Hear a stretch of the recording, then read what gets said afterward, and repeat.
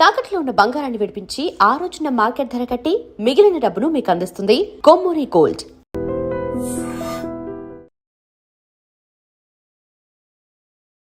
రాయ్ గారు అనగానే కొంచెం ఇన్నోసెన్స్ క్యారెక్టర్స్, కొంచెం సాఫ్ట్ క్యారెక్టర్స్ చేస్తుంటారు. అంటే ఈ సినిమాలో పూర్తి డిఫరెంట్, అంటే ఒక రకంగా పూర్తి ఆపోజిట్ క్యారెక్టర్ అనమాట. సో నేను యాక్చువల్లీ సాఫ్ట్ క్యారెక్టర్స్ చేసి ఉండొచ్చు కానీ బేసిక్లీ నాకు అది దాంట్లో ప్రాబ్లం లేదు. బికాస్ నేను అలా చేశాను కాబట్టి అలా ఆ క్యారెక్టర్స్కి బాగుంటాను అనుకోవడంలో నాకేమీ అందులో ఏమనిపించట్లేదు. కానీ బట్ నేను సాఫ్ట్ అనుకోవడమే నాకు అది నాకు చాలా ఆశ్చర్యంగా ఉంది. Nobody nose anything about me. ఏదో కాసేపు ఇక్కడ ఉంటాము, ఇప్పుడు మీ దగ్గర ఉన్నప్పుడు మంచిగానే బిహేవ్ చేస్తాము, సో బాగానే ఉంటుంది. సో నేను సాఫ్ట్ అంటే ఇప్పుడు నేను వెళ్ళి ఏదో రఫ్గా మాట్లాడేసేసి చాలా పిచ్చి పిచ్చి వర్డ్స్ మాట్లాడేసి అవి చెయ్యను. కానీ but I am very strong when I have to tell an opinion అనుకోండి. మిమ్మల్ని ఇంప్రెస్ చేయడానికి నేను ఎప్పుడు మీ సైడ్ తీసుకోను.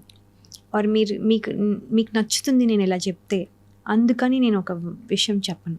నేను నాకు అనిపించింది చెప్తాను. అది మీరు తీసుకున్నా తీసుకోకపోయినా ప్రాబ్లం లేదు. తప్పుగా మాత్రం తీసుకోకండి. దట్స్ ఓన్లీ మై ఒపీనియన్, అంతే.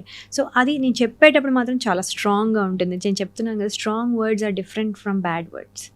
బ్యాడ్ వర్డ్స్ వాడను, స్ట్రాంగ్ వర్డ్స్ వాడతాను. అది డెఫినెట్లీ ఇట్ షో, అంటే ఇట్ విల్ ఆ పక్కన ఎదురుగా ఉండే పర్సన్కి ఇంపాక్ట్ అవుతే వస్తుంది. So that's what I'm saying. నేను ఒపీనియన్ స్ట్రాంగ్గా పెట్టగలను, నేను ఇది కానీ అరవాల్సిన అవసరం లేదు. నా ఒపీనియన్ స్ట్రాంగ్గా పెట్టడానికి, నా వర్డ్స్ స్ట్రాంగ్గా ఉండడానికి నేను అరవాల్సిన అవసరం లేదు, నా వాయిస్ గట్టిగా ఉండాల్సిన అవసరం లేదు. So I'm a strong personality వైజ్గా నేను స్ట్రాంగ్.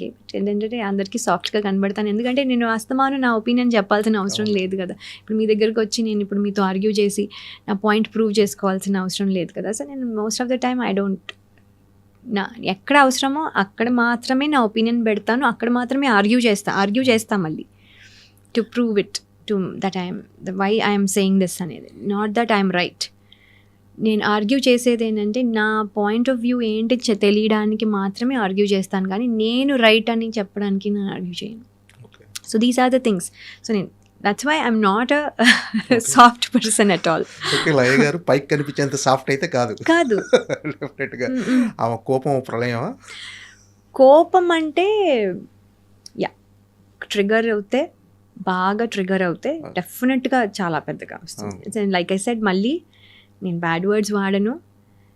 కొంచెం వాయిస్ రేజ్ అవుతుంది, అరుస్తాను అని కోపం గురించి చెప్తున్నాను. అది ఎప్పుడంటే అది ఇంకా లాస్ట్ ఆప్షన్. ఇంకా నాకు దెర్ ఇస్ నో చాయిస్. నన్ను ఇంకా పుష్ చేశారు ఒక కార్నర్కి. నేను I have to do something అన్నప్పుడు మాత్రమే వస్తుంది. అది లాస్ట్ ఆప్షన్.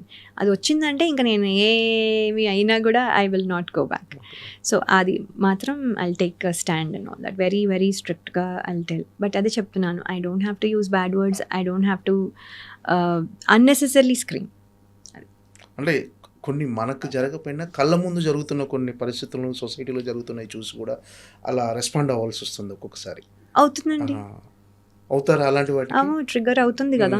ఇప్పుడు సడన్గా నేను చూస్తే, ఫర్ ఎగ్జాంపుల్ ఎవరైనా లైన్లో వెళ్తూ ఉంటాము, వచ్చే ఇదిగో పద అని చెప్పి తీసుకెళ్ళిపోతున్నారు అనుకోండి, వెళ్ళిపోతుంటే, అంటే ఇప్పుడు విఐపీలు అనుకోండి, నేను వాళ్ళని కూడా తప్పబట్టను. Because they are all busy, they are helping our society. అంటే లైక్ పొలిటీషియన్స్ అని అనుకోండి, వాళ్ళు వాల్యుబుల్ కాబట్టి వాళ్ళు చేశారంటే నేను దానికి వాళ్ళు కూడా ఏదో లైన్లో రావాలి, అలాంటి వితండవాదం లేదు.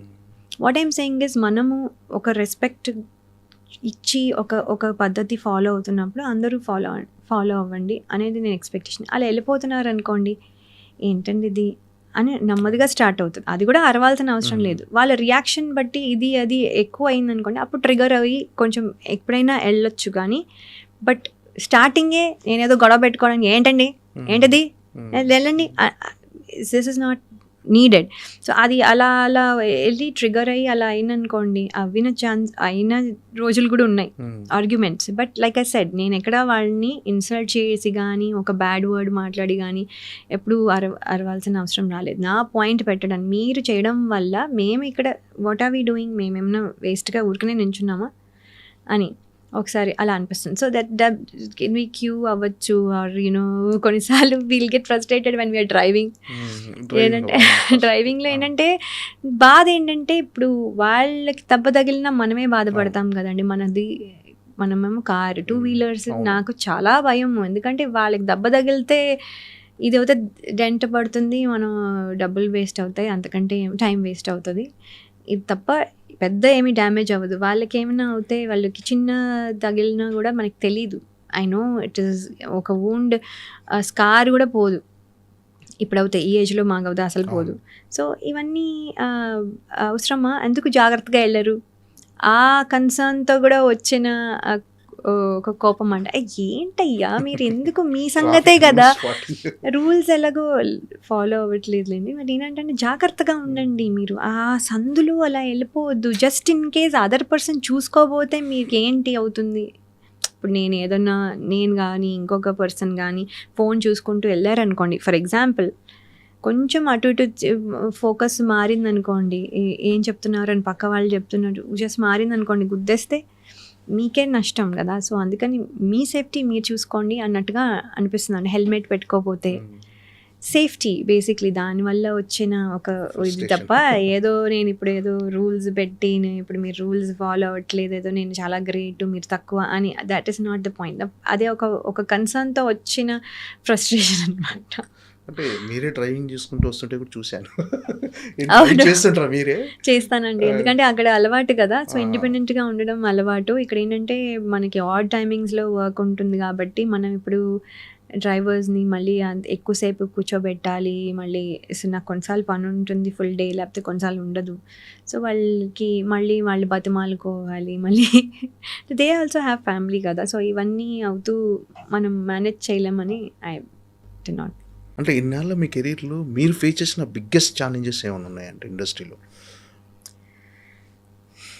అంటే అండి నేను ఐ డోంట్ నో, అంటే బేసిక్లీ నేను ఇంట్రోవర్ట్ అనుకుని ఒక ఎక్కువ మాట్లాడకపోవడం అనుకునే ఇంప్రెషన్ అవుతే I left from in lot of people. ఎందుకంటే నేను అనవసరంగా మాట్లాడి వాళ్ళని టైం వేస్ట్ చేయడం కానీ అది చేయకూడదు అనే ఉద్దేశం తప్ప, నేను basically I'm not an introvert. అంటే కూర్చుని గంటలు మాట్లాడచ్చు, కానీ వాళ్ళు బోర్ ఫీల్ అవుతారేమో, వాళ్ళు నాతో మాట్లాడాలనుకోవట్లేదేమో. ఇప్పుడు హీరోలు ఉంటారు, వాళ్ళు ఏం మాట్లాడతారు అమ్మాయిలు టాపిక్స్ ఆర్ డిఫరెంట్. సో అందుకని ఏదో హలో సార్, హాయ్ సార్, ఎలా ఉన్నారు ఒకసారి అయిపోతుంది, అక్కడే కూర్చుంటాము, ఏదైనా ఉంటే 2 జోకులు వేసుకొని అయిపోతుంది.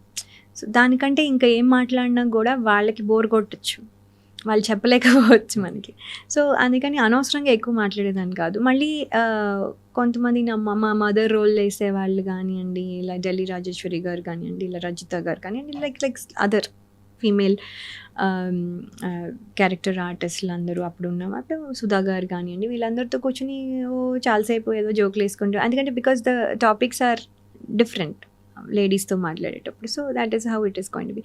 సో నేను బేసిక్లీ ఆ ఇంట్రోవర్ట్ అనే ఒక ఇంప్రెషన్ రావడానికి ఫస్ట్ ఆఫ్ ఆల్ వాళ్ళ సీనియారిటీ వల్ల ఎక్కువ మాట్లాడేదాన్ని కాదు, అండ్ దెన్ ఆల్సో వాళ్ళకి డిస్టర్బెన్స్ అని ఎక్కువ మాట్లాడేదాన్ని కాదు. So there all these reasons అది ఒకటి ఫామ్ అయిపోయింది. అండ్ సాఫ్ట్ బికాజ్ నేను వెళ్ళి గొడవలు పెట్టుకోను, అవసరం లేదు, ప్రతిదానికి గొడవ పడాల్సిన అవసరం లేదు. That's what I believe. మనకి ఎప్పుడు కావాలో ఎప్పుడు అవసరమో అది కూడా అవసరమా లేదా, basically other person may be wrong, I may be right, but నేను రాంగ్ అని ప్రూవ్ చేయాల్సిన అవసరం లేదు, because there is no need. So గొడవ అవసరం లేదు, కానీ ఎక్కడో ఒక టైంలో అవసరం వస్తుంది, అప్పుడు మాత్రం చేస్తే సరిపోతుందని బిలీవ్ చేసేదాన్ని కాబట్టి నేను ఇక్కడ. సో అందరూ అలా అనుకుంటారు. So that is the biggest challenge I had always. ఈ అమ్మాయి ఎక్కువ ఇంటరాక్ట్ అవ్వదు, మాట్లాడదు, కొంతమంది పొగరు అని కూడా అనుకున్నారు. సో చాలా యాటిట్యూడ్, ఇప్పుడు అసలు ఏం మాట్లాడు. So that is nothing at all. నాకు అసలు అలాంటివి ఏమీ లేదు. అసలు నాకు అంటే వర్కింగ్ పీపుల్ లేకపోతే వాళ్ళు హై క్లాస్ పీపుల్ ఇట్లా అసలు అవి కూడా లేవు. నేను ఎవ్రీబడితో మాట్లాడతాను. So that is the only biggest challenge because of నేను వాళ్ళ గురించి ఆలోచించుకుంటూ మాట్లాడకపోవడం వల్ల వచ్చిన. So that is the biggest thing. But everything else ఏంటంటే సక్సెస్ ఫెయిల్యూర్స్లో పార్ట్ ఆఫ్ ఇట్గా ఫెయిల్యూర్ వచ్చినప్పుడు మాత్రం అప్పుడు కొంచెం ఎక్కువ హ్యాండిల్ చేయలేకపోయాను, అప్పుడు ఇంకా న్యూ కాబట్టి. సో అదంతా నేర్చుకుంటూ అవన్నీ చేసుకుంటూ మార్చుకుంటూ మనల్ని అలా కాదు అని స్ట్రాంగ్ అవుతూ వచ్చాం. So these are the basically things for me. అంతకంటే పెద్ద పెద్ద ఇష్యూస్ ఏంటి. And for more videos, Please subscribe to iDream. Please subscribe to iDream. Please subscribe iDream. And please subscribe to iDream. For more videos, subscribe to iDream.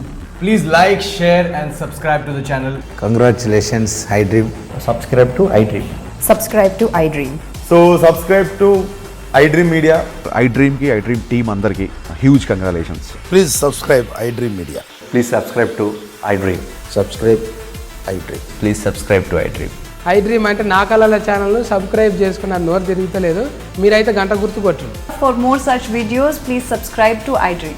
Subscribe to iDream. Please subscribe to iDream. Please subscribe iDream Media. Please do subscribe to iDream. Please subscribe to iDream Media. For best entertainment and information, please subscribe iDream. And don't forget to subscribe to iDream.